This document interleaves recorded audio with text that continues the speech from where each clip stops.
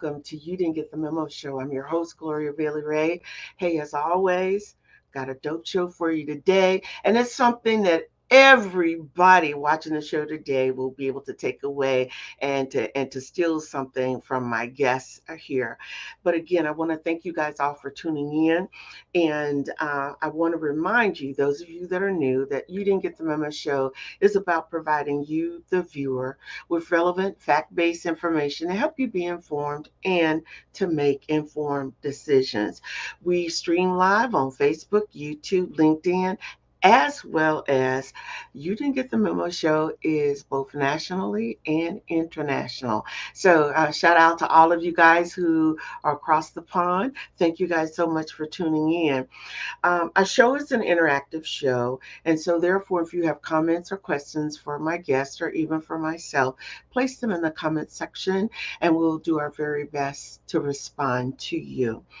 I want to remind all of you guys that on May 1st, my own channel on BTV is airing all of my shows 24/7. So if you want to go and watch, I want to encourage you to download the BTV app and you can look for the memos, all one word, the memos, and you'll be able to see my shows streaming live. But before we get started, this has been somewhat of a somber past day or two for me. And I'd like to just ask all of you if you would just take 30 seconds to just bow your heads and let's say a prayer for healing, for peace, and condolences for those family members and the community of Buffalo, New York. Just 30 seconds.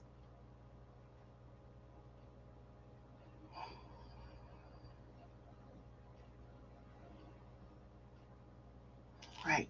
Thank you guys for that. Listen, I also want to remind you, if you're a business owner and you want to advertise, you want to sponsor, or if you'd like to donate, you can send me an email at the you didn't get the memo at gmail.com, and that'll flash throughout and you can reach out to me, right? So, again, I want to thank you guys for tuning in because I want to welcome my guest, Miss Giselle Bonds. Giselle, woo, thank you, my sister, for joining me today. How are you? I am excellent, and I'm so thrilled that you thought me worthy for a seat at this table. Thank you so much. Absolutely. There's so much in talking with you, and I just pick up on so many things. And as we know, life is ever fluid, it's always changing, things are happening. But you know what? What I like about the fact is that you are a brand visibility strategist, and I want you and we're going to delve into talking about what is that? What does that mean? Why is it important for anybody watching the show today to be able to take away? So let's just start with this. I always like to just have people give a little bit of their backstory. What's your background? Tell us about who Miss Giselle Buns is. Well, I'm a basic East Oakland girl. I grew up a couple of blocks from the East Oakland Youth Development Center, literally on the corner by the Oakland Boys and Girls Club. It was just a boys' club when I was a kid. I went to San Jose State and I studied advertising, and I was a business minor. And I did corporate for a hot minute, about 2 years, and I had two really difficult corporate racism situations. And the second one was enough for me to say, I don't have to do this. I can start my own business. So I was really young when I went into business. I graduated college at 16, high school at 16, college at 20. So I was like 23 when I started the studio. So that was in October of 89. And I always knew I wanted to be a photographer, and I just kind of thought it would be now. I didn't think it would be in my 20s. I thought it would be after, when I was in like semi-retirement from a corporate career, I would open a photography studio. My experiences with systemic corporate racism was so profound and Mm, just the injustice of it. My little young skull of mush couldn't comprehend the unfairness that Right, it wasn't right, like school, that if I right. showed up and did a good job, then everything that I was supposed to get would happen. And Mhm. so I tapped out really young. And so I started my business in 89, and it became, my studio was Positive Images, and I just closed it in October after 28 years and, excuse me, 29 years and 11 months. Wow. So just shy of my 30th anniversary. Um, I closed my doors. Thanks, Rona. Because as you know, mom and pops during the COVID season, we had a hard lift. Mhm, mhm. But during that time, I did portrait work for, I'm sure, many people that you know, family portraits, weddings, cotillions, botillions, maternities, all the forms of portraiture. That's what I did. Okay. High school seniors has always been my passion. But in 2016, I decided to niche down and focus specifically on personal branding photography. Okay. And by that, I mean working with corporate professionals and entrepreneurs and helping them curate a set of stock images that are branded to their mission so Mhm. that you've got the visuals to tell what you do and attract your next client, your next job, Mhm. because a lot of my corporate people are updating personal branding in order to attract the next employer. And right now, I'm in this season where I'm working with people who are in their late 50s, early 60s, who retirement is on the horizon, Right, but right. they know that they're not going to sit down in a rocking chair when they retire. Okay. So we're working on building the brand that they want for retirement because they're looking at consultant Mhm. and starting their own businesses and things like that. And if, like so many people of my generation, if you've been ghosting on social media, Mm, mm. now is the time to start strategically and intentionally building out your footprint on digital platforms so that when you do retire, you're Right. seen as a subject matter expert in that niche, and it makes it easier to transition into entrepreneurship or into being able to consult for some of those companies that you used to work for. Yeah, okay. So hold that thought right there for a moment. I want to go back to something that you said. Why you transition out of corporate America and why I do this show. And the show is actually named after the book I wrote, You Didn't Get the Memo, Navigating Corporate America. Because the things that you talk about, this is really important in what I talk to my viewers about. Hey, look, do not be afraid to step out there. You know, a lot of times people think that, oh, and I'm listening to you saying, oh, I'm thinking in my 30s or what have you, I'm going to do this. And a lot of times we are pushed out. The other times it's just like, it's just time to go. So I want to, first of all, thank you and honor you for actually saying that and telling that, because that this is a story that so many women of color can tell. We could go on about that. And the thing is, the fact that in corporate America it was acceptable, right? So I thank you so much for talking about that. You're already kind of getting into a little bit about brands strategy, but let me back up and talk about who were your influencers that got you into photography. Because I know a little bit something, something. I know that you started, photography. You were working in a mall, right? Taking photographs and doing some things. So talk a little bit about who were your influencers. We already know that you've been doing photography for a long time, and so y'all already know that this woman here, she got skills. So nobody can say I've been in business for 30 years and haven't developed any kind of skill. So let me just give a shout out to you on that, Giselle. But talk about who were some of your influencers that, yeah, I mean, you didn't just wake up one day and start walking and got a camera and say, or maybe you did. I love taking photos. So tell us a little bit about that. That kind of makes it even that much more interesting and intimate to my viewers. So tell us about that. Well, it's funny you should say that because no, literally, I always knew I wanted to be a photographer. I was that kid on the fourth grade field trip with a camera. Remember those little Kodak Instamatics with the little ice cube flash on the top? That was me. I always knew I wanted to be a photographer. Okay.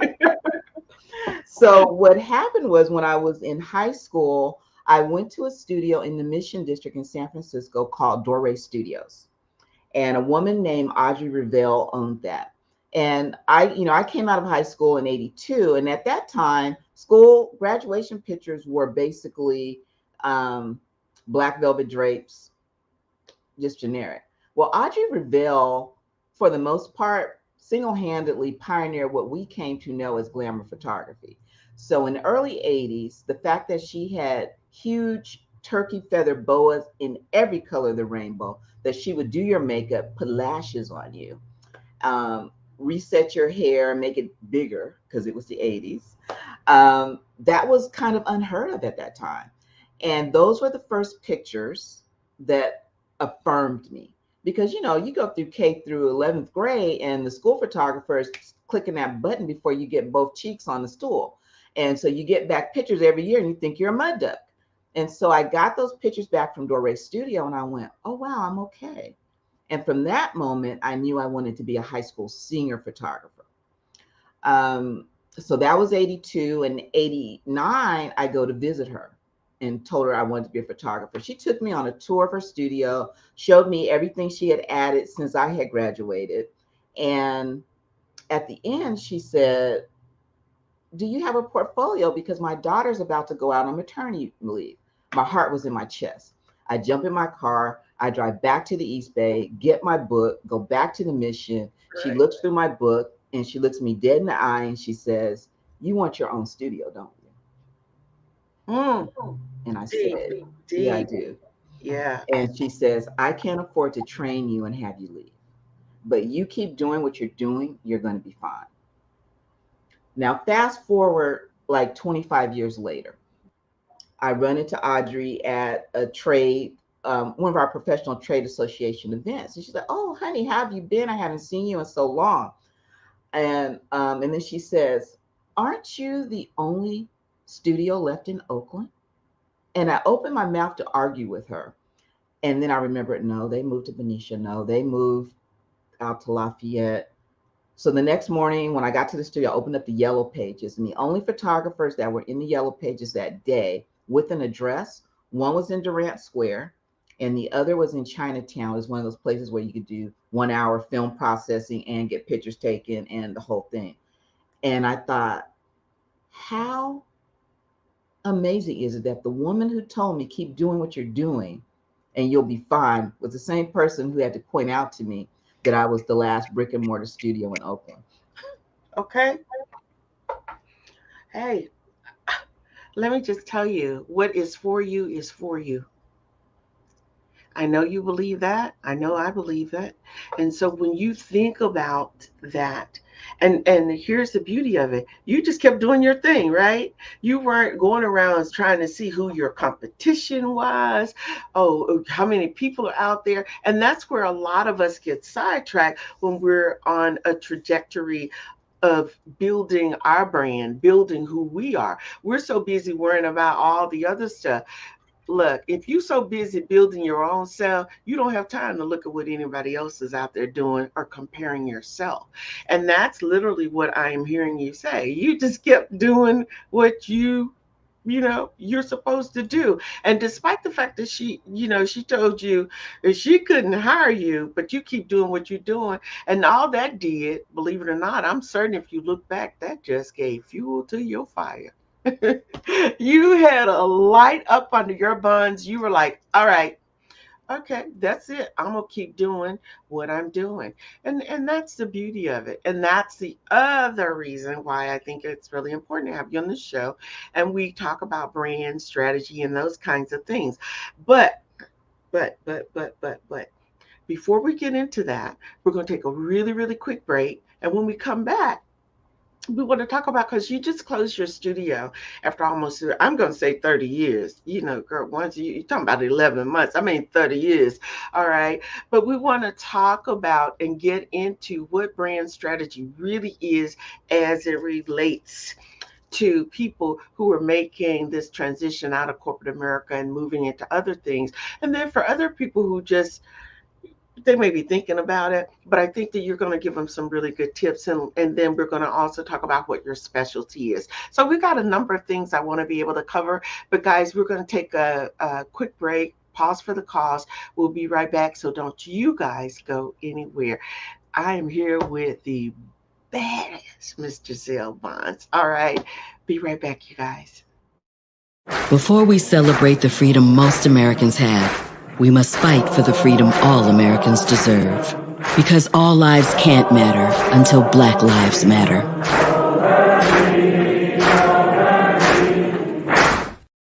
Have you ever seen somebody treated unfairly because of the color of their skin? Do you guys know what it means to have white privilege? What is racism and what do you think about it?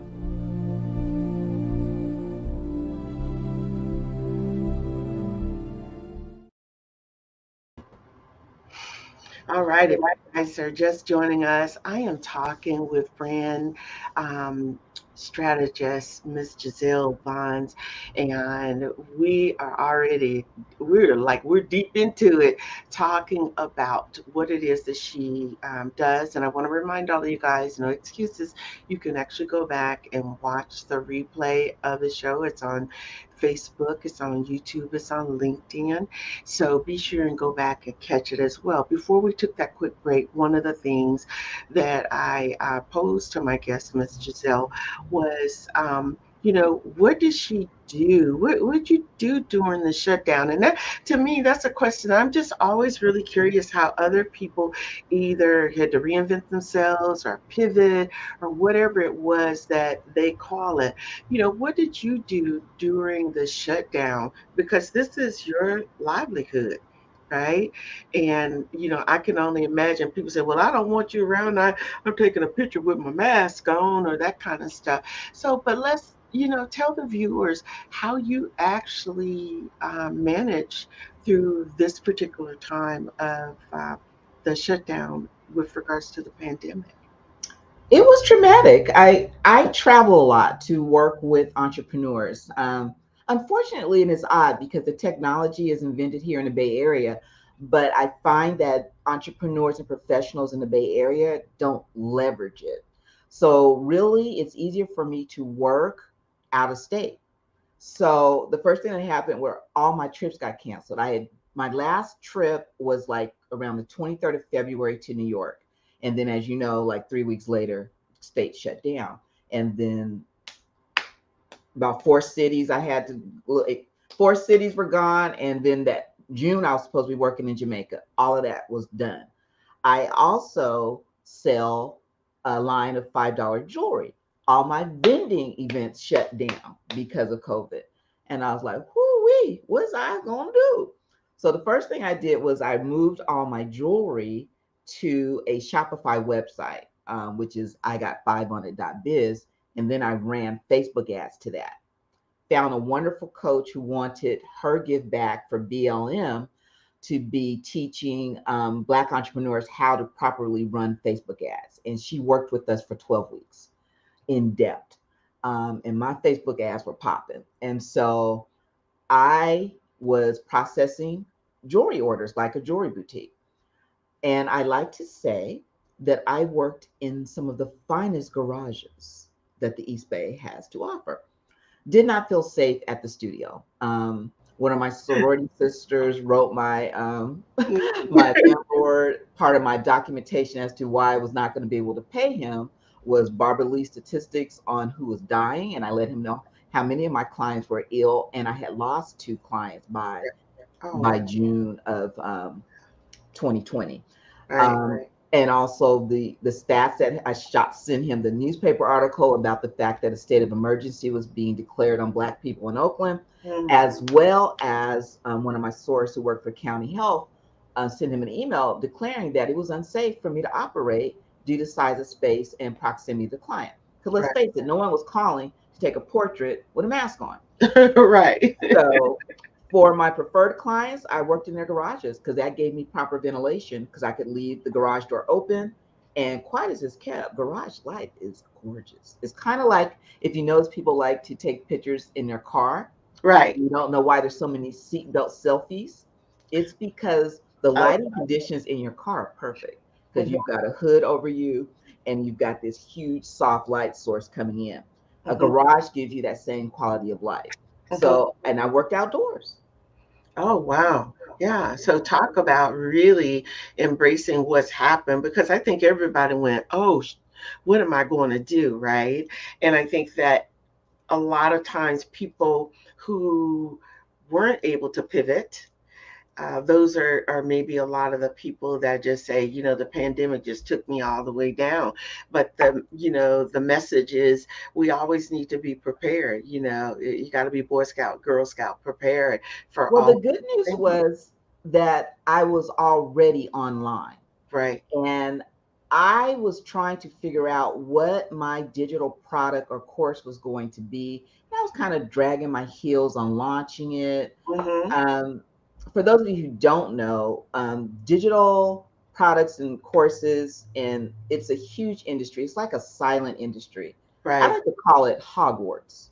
Many people don't know that Steve Harvey had an eight-figure coaching business. He wrote a book called Act Like a Success, and that book was written to launch that brand. And Mm, so there are people making tens of thousands of millions of dollars selling what they know. right.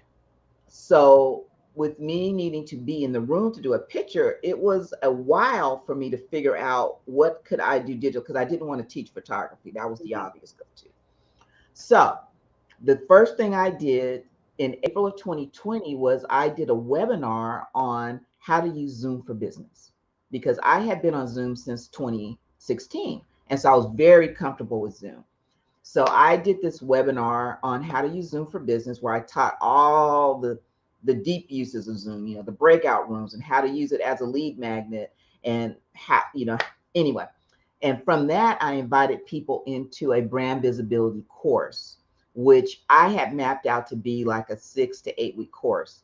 But as I got into teaching it, I realized, but I want to talk about this and I want to talk about that. So instead, I turned it into a membership. And that is my brand visibility accelerator, where I teach online strategies every week. So that was the other revenue generating thing that I did was it got me out of the starter blocks to go ahead and push forward with creating digital products and courses.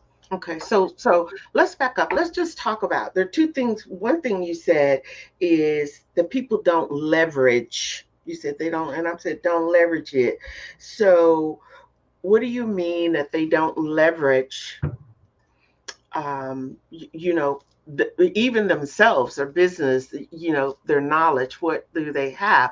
And the second half of that is to get into why they need to understand what brand visibility is. And so let's talk about, about that as you move into how is it or why is it that people don't leverage a lot of the things because you see a lot of stuff online and you say, wow, that would be great, but you kind of like see it one time or not, or you see somebody with they got some dope skills, and yet they aren't leveraging because they're lazy, they don't have good follow through, they don't follow up. I mean, there are a myriad of reasons. It really is. I'm thinking about this person that I had as a makeup artist that did some makeup for me, and I wanted to see what it would be like for this upcoming event that I have, and no follow through. Dope skills, no follow through. So talk about that. I know I'm probably hitting on somebody's head, but so be I it. think the biggest problem is they named it social media. And by calling it social media, it implies that it's optional. And it gives you space to say things like, I don't have time for that. That's social media. I don't have time for that. Understand something. It's 2022. It's not social media, it's business media if you're doing it right.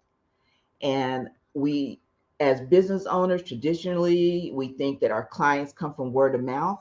Well, guess what? Social media is the new word of mouth, and it is how you put kerosene on old school word of mouth. Okay. So by not leveraging it and feeling like you have the luxury of not participating, Mm-hmm. you're allowing people to forget who you are. There Right. came a point in my business when I realized that the number of clients I had that were older than me was not an expanding marketplace. And if I want to have clients that are younger than me, love it. where are they going to find me? They're not checking for me in the yellow pages. Mm-hmm. True. They are looking for products and services online. If your business, if your brand isn't visible online, I don't know if you ever watched that show about the drug dealer. Not Empire. What's the one? Power.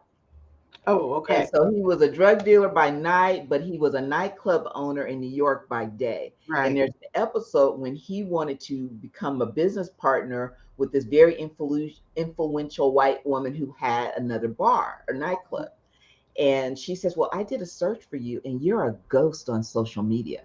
And Ghost was his street name. So that was the pun. Right. But she said, I can't do business with a ghost.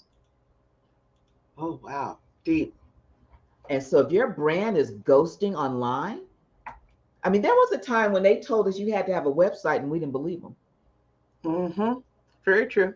Then there was a time when they told us we needed a Facebook page for our business and we didn't believe that either. Right. I didn't take it seriously till one day I was watching the national news on ABC and they had their Twitter and their Facebook handle in the credits as they were signing off. Right. Right.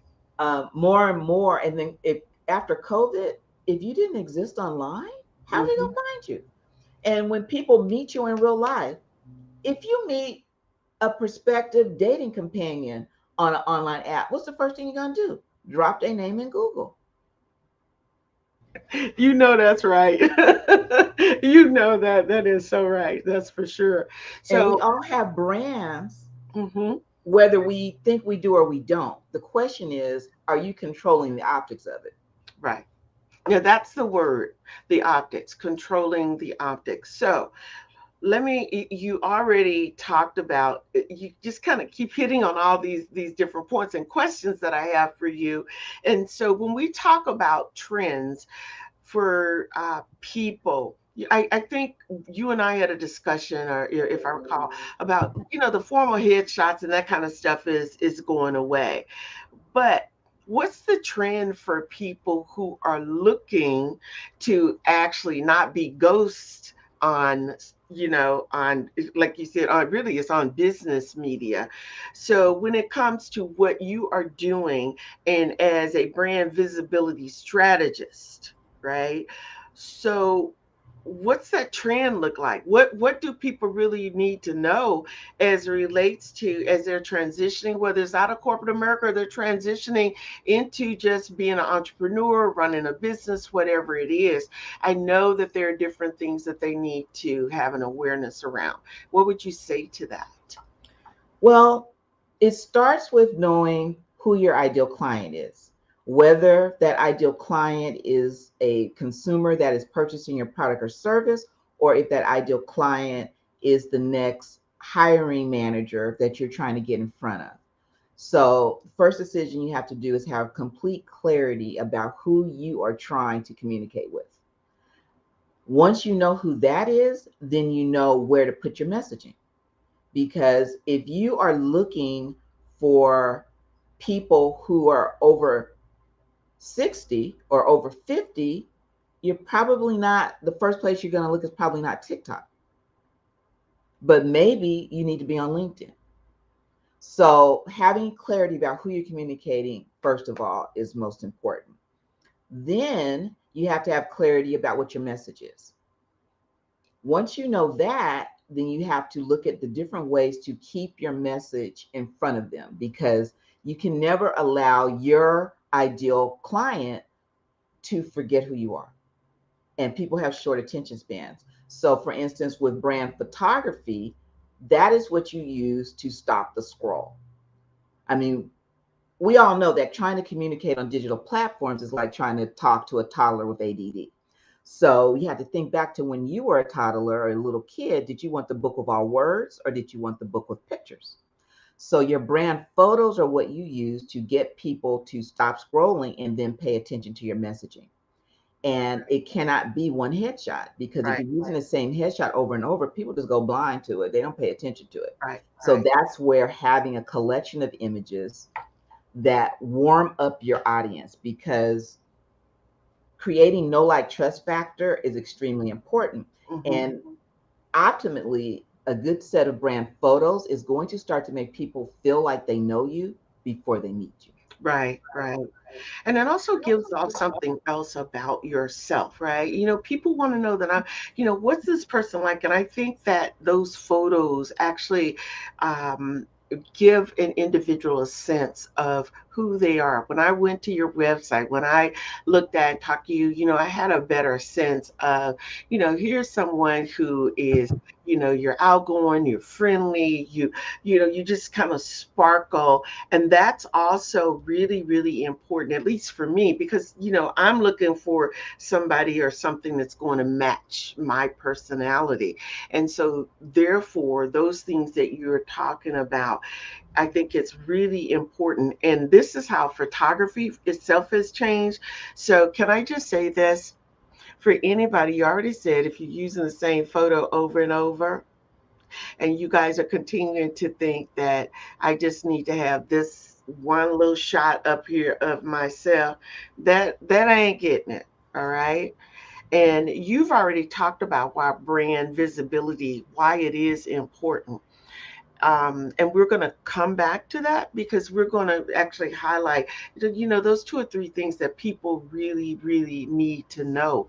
But also, few more things. I want to talk more, Deb, more about how people can build their brand visibility. So hold that thought.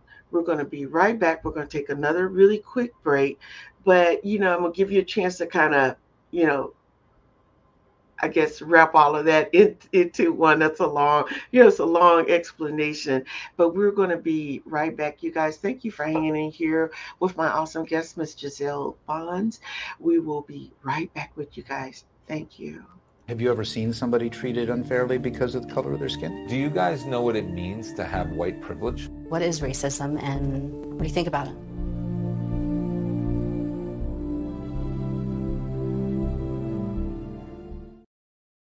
My Shiro doesn't always wear a cape, but she always has time for a hug, a smile, for going the extra mile.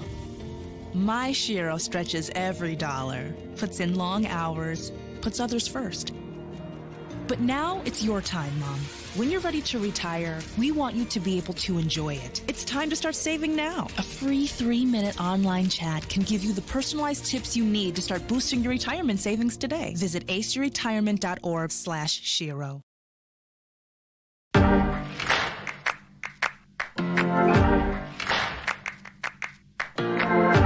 My grandfather was a case in that study. He worked as a firefighter where the Tuskegee Airmen trained. He and I were phenomenally close. The syphilis study happened for 40 years. Penicillin was found to be the most effective treatment, but the men were denied the treatment. Interestingly enough, I've had someone tell me that they were concerned about getting the vaccine because of the syphilis study. And I always, try to educate or provide some information about what happened. But then I said, you're talking about something that happened to my family. And I've taken both of my vaccines. I'm doing this for them. Health is greater than wealth, and it's really up to us to take ownership of our health and this story.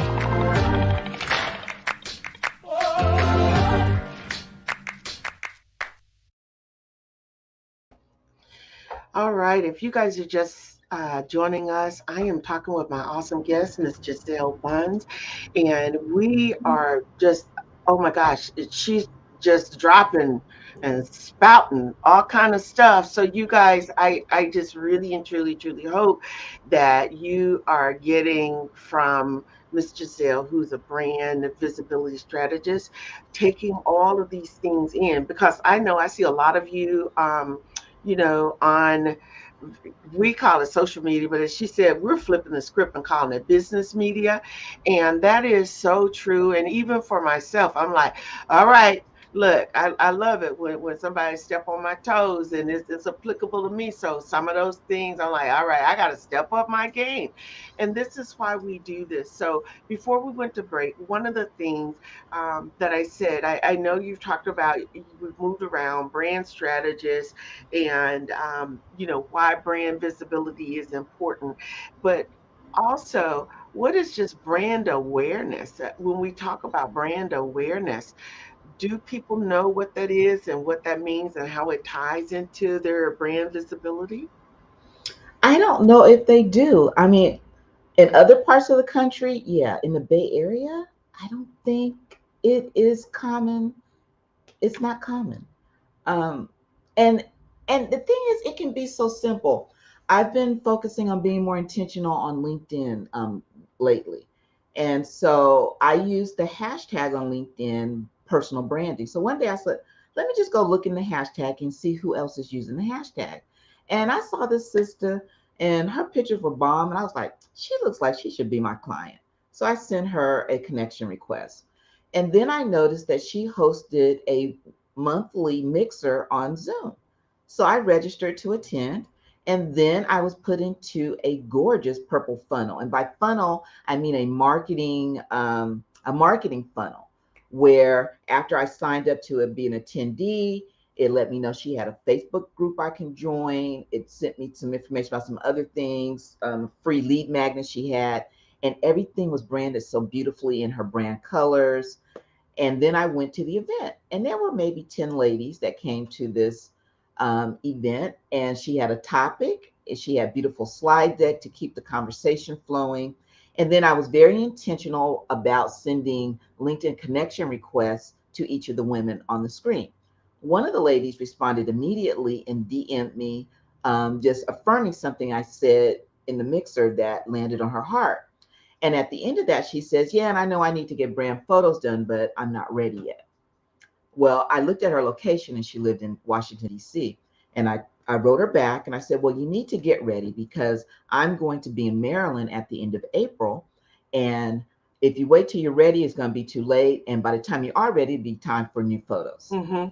Right. And she agreed, and we got on a Zoom call. We did her preparation. And not only did I do her brand photo shoot about 3 weeks ago in Maryland, she also registered to attend the entrepreneur workshop that I was partnering with. Mm-hmm. So I got a client, and my branding coach got a client out of that. Right. And that was just from being on social media. I got a client 3,000 miles away. Right. But you said, you know what?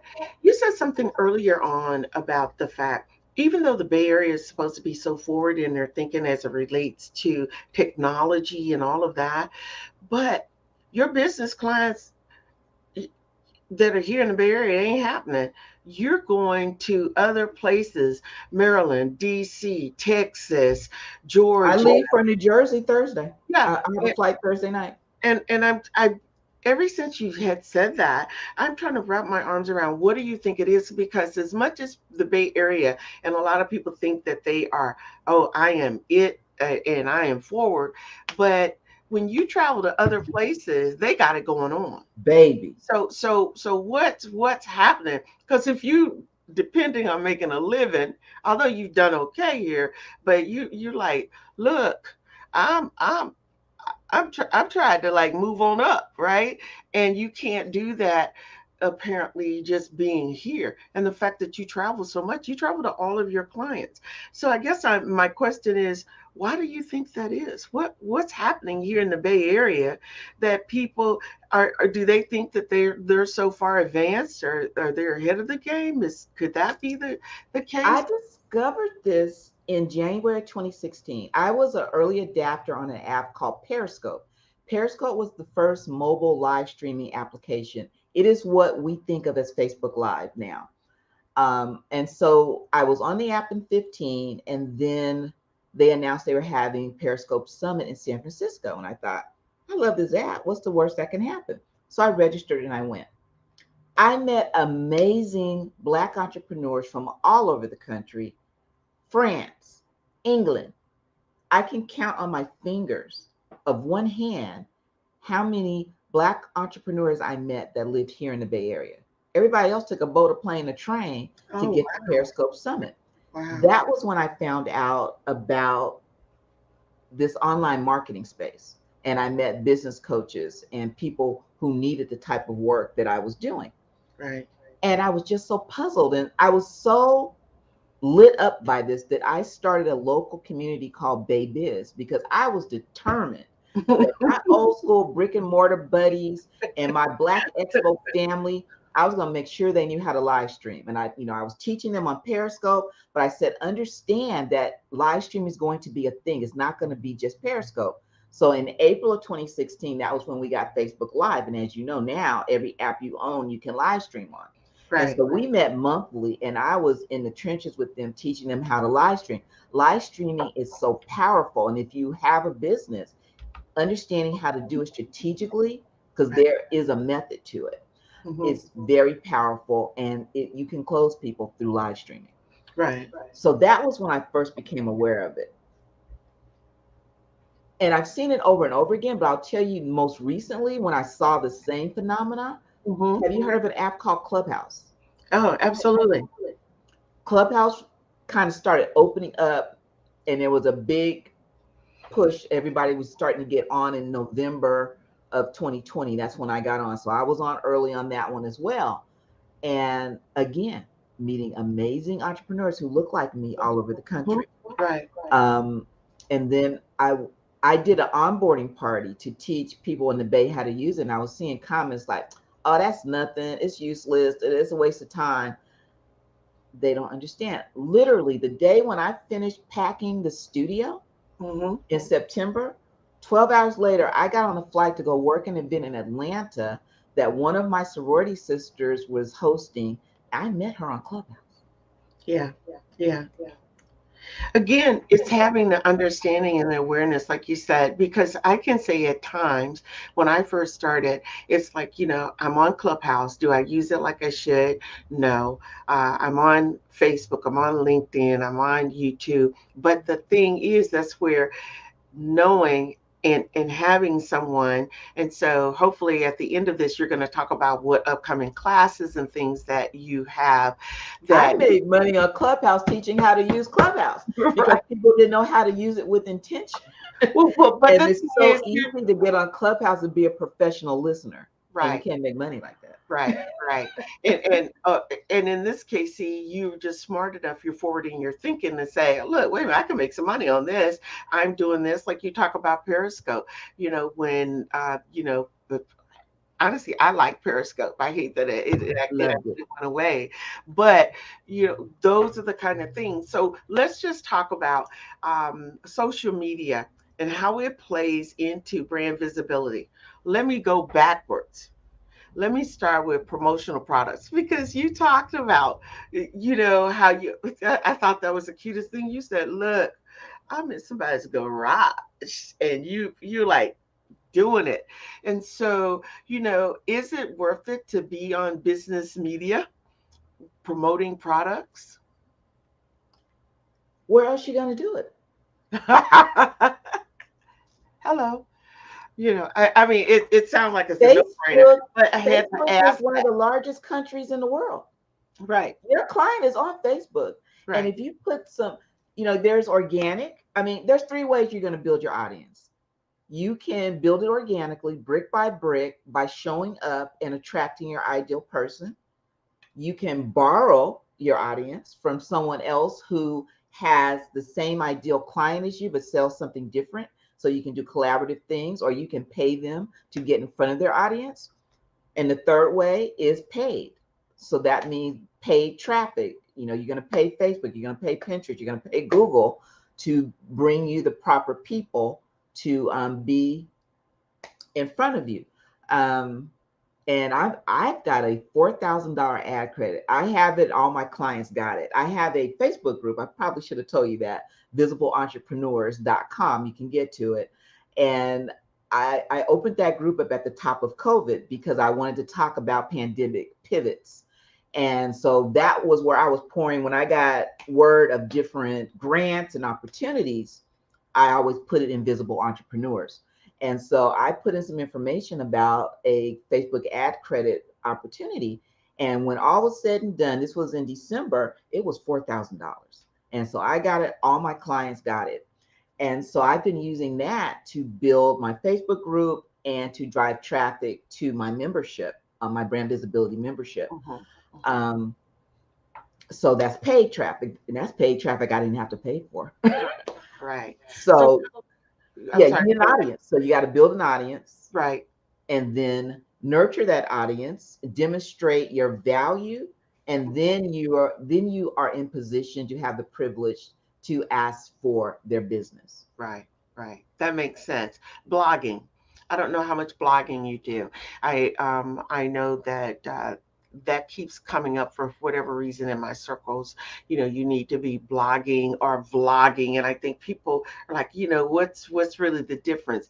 But do you see that there being value in blogging? I know that I do, because you're talking about something that's relevant. You're talking about something that has and holds an interest. And so, but again, it depends on who your audience is.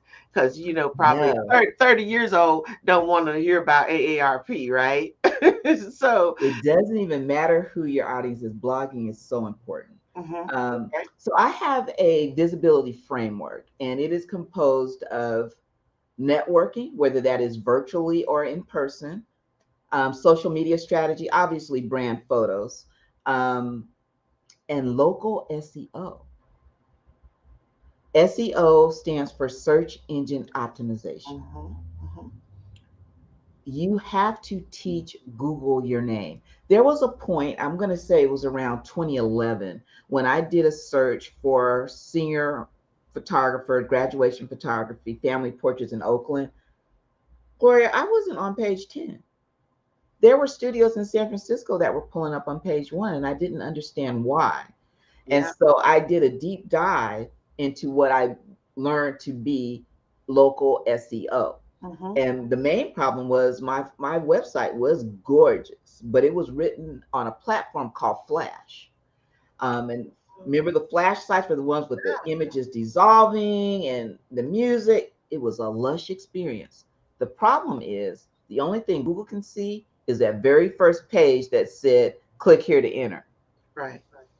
Mm, So Google's whole job is to find people the best answer to the question that they're asking. that's right. As an entrepreneur, our job is to be the answer. Right. Right. And to show Google up likes in that fresh first content. page. And to show up in that first search page. Right, but you get to the first page by being the best answer to the question. Right. So Google likes new content. So remember, I talked about we were told we had to have a website. So eventually we all went and got a website. Mhm. Woo, website's done. And then we walked away from it. It's like, got a website, done. So that website sat there, it collected dust. There was never any updates. You know what I'm saying? Yeah. So I feel you. I feel you. blogging is the key, because if you've connected a blog to your website and you're putting fresh content on it, not just fresh content, SEO optimized content Right. on that blog consistently, then when the question gets asked, Google's going to say, oh, this site has a lot of information on that topic, and and it keeps putting more. Let me send the person over there. Mhm. So for me, my blogging strategy was very specific around high school seniors and families. And to this day, if you do a Google search for family portraits in Oakland, high school seniors in Oakland, baby, I'm on page 1, sometimes multiple times, because my content was optimized, my photos in my blogs were optimized. I embedded video from YouTube into my blog post, and I Right. optimized those YouTube videos before I embedded them. And so So and then I optimized my Google for business so that I could be up in the map. right. Look, so you guys, if you hadn't figured out, listen to Giselle. Y'all probably all need to be like lined up. I keep flashing all of her information because she's just like on it, on it, on it. Okay.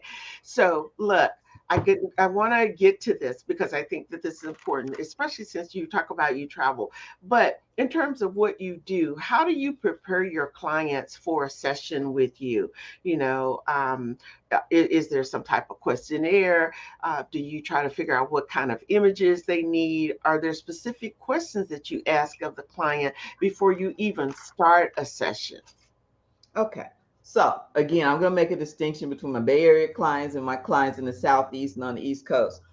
East Coast client, I just did a consult yesterday. I call it a brand impact strategy call.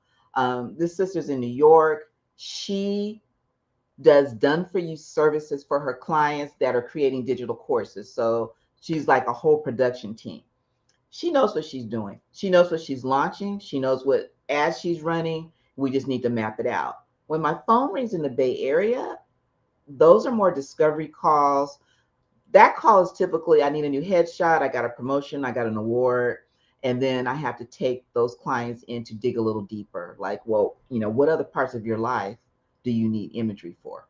And then, so I get all up in my clients' businesses, and I find out what products and services are they launching, what ads are they running, what landing pages, what lead magnets do they need, what content are they going to be creating? I'll tell them, what do you say over and over again? What are your FAQs? What do people ask you over and over again? Because that's where your content is. Let's make sure we have images that sync up for that. So when it's time to drop that YouTube video, that Clubhouse room, that blog, you've got the image already, and you can just reach into your archive, pull it out, put that content out. So when you're looking for brand photography, you do not want a wedding photographer. You don't want a family portrait photographer. Right. You want someone that understands what you're going to be doing with the images, and that can understand what your end purpose is. Right.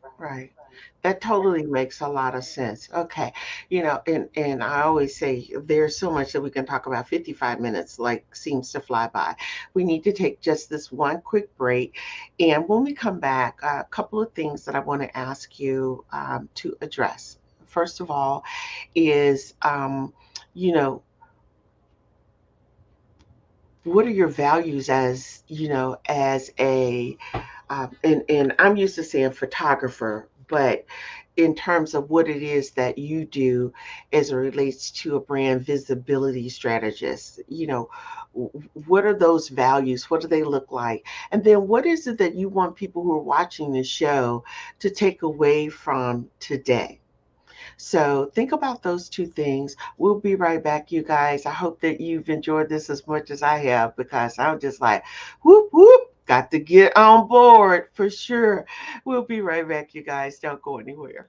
Thank you for watching the You Didn't Get the Memo show with your inspirational host, Gloria Bailey Ray. It's your contributions that make this happen. To become a sponsor, send an email to youdidn'tgetthememo@gmail.com. That's the letter U, didn't get the memo. If you're not in a space to be a sponsor, but you like what you hear, we simply ask that you support what you like by making a contribution to the show. There are 3 ways to make an online donation. Visit paypal.me/Gloria Bailey Ray or Cash App or Venmo, Gloria Bailey Ray. Give what you can. Your support is appreciated. Okay, guys, as we wind down talking with this awesome, dynamic guest, Miss Giselle Bonds, she is giving you, what I say tantamount to, she just have given you a brand session right here, for free. You guys got this information. But before we took that quick break, one of the things that I asked Giselle was to talk about what her values are as it relates to a brand visibility strategist, and what is it that she wants people watching the show to take away. Now, Giselle, can you do that in 60 seconds or less? I really don't want my people to be left behind. And I call it Hogwarts because this digital space is right there and entrepreneurs are leveraging it. And then, in Hogwarts, they call mortals muggles, don't even know it exists. It's like it's right there, but you don't know that this money's being made. It's just so important to me that people that look like me understand that that door is there and that they learn how to use it, because we do not want to be dependent upon a corporation or a contract. And especially folk my age, we're at a point where we are experts, whether we want to own that title or not. You didn't live this long without becoming good at something, and people will always pay you more for what you know than what you do. And so learning how to convert that to digital assets and leverage it so that you have another revenue stream, that you don't have to panic if the world shuts down, and that you can make money anywhere you have Wi-Fi, if you understand how to navigate digital streets. For me, that's my passion, that's my drive, is making sure we show up and show out and get paid for it. So, do you have any upcoming workshops or anything, or where can people go? Would that be on the Brand Visibility Accelerator website that they would be able to find that? Because I'm certain people would like to know that.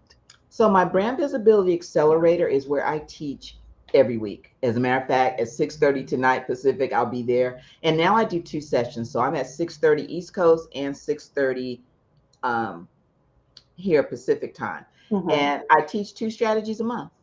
And the in-between weeks are co-working sessions. So whatever I taught the week before, now we're going to do it together. Okay. And because I know that it can feel overwhelming, but the thing is, you don't have to learn all of it at once. Right. So we're going to learn 2 things this month. And if we start implementing that, we're going to move the needle. And then we're going to learn 2 more things next month. And Okay. understand that my Brand Visibility Accelerator is I built what I needed, because entrepreneurship can be lonely.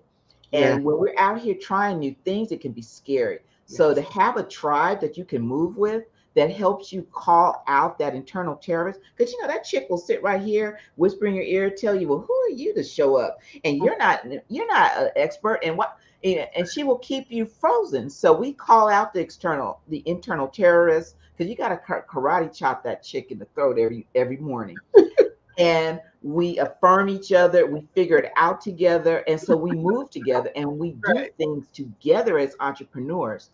And it's only $47 a month. And so we just keep pushing. And that is how you work with me on an ongoing way for just a little bit of investment, and you keep showing up more and more each time. Right. Right. Absolutely. Well, Giselle, don't you go anywhere. Okay. You hang tight. I want to say to all of you guys that tuned into the show today, as I always say, I'm always so humble and grateful that you did. And thank you for tuning in. I hope that you found the information that was shared here today to be educational, informational, and also inspirational. I know that it really was for me. Be sure and check out the show. If you missed it, you can go back and check us out on Facebook, YouTube, or LinkedIn.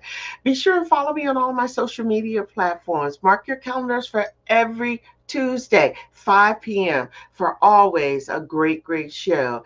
And I invite you to add You Didn't Get the Memo show to your weekly list of shows that you watch every Tuesday, 5 p.m. Pacific Standard Time. I appreciate all of you guys. You need to know that. I want to thank you for your support. And I want you to be sure, like I said, to be sure and like, follow, share, all of that good stuff. It's really been a blast with Miss Giselle. I love her energy. She has been on point. And as I always say, if you didn't take anything away from today's show, then it's really you who didn't get the memo. Have you thought about becoming a vegan, a vegetarian, or really wanting to know more about it? Listen, next week my show is with Miss Tamika Gardner, and I'm going to tell you, you want to be sure and tune in. Y'all all know that we all have got too much weight.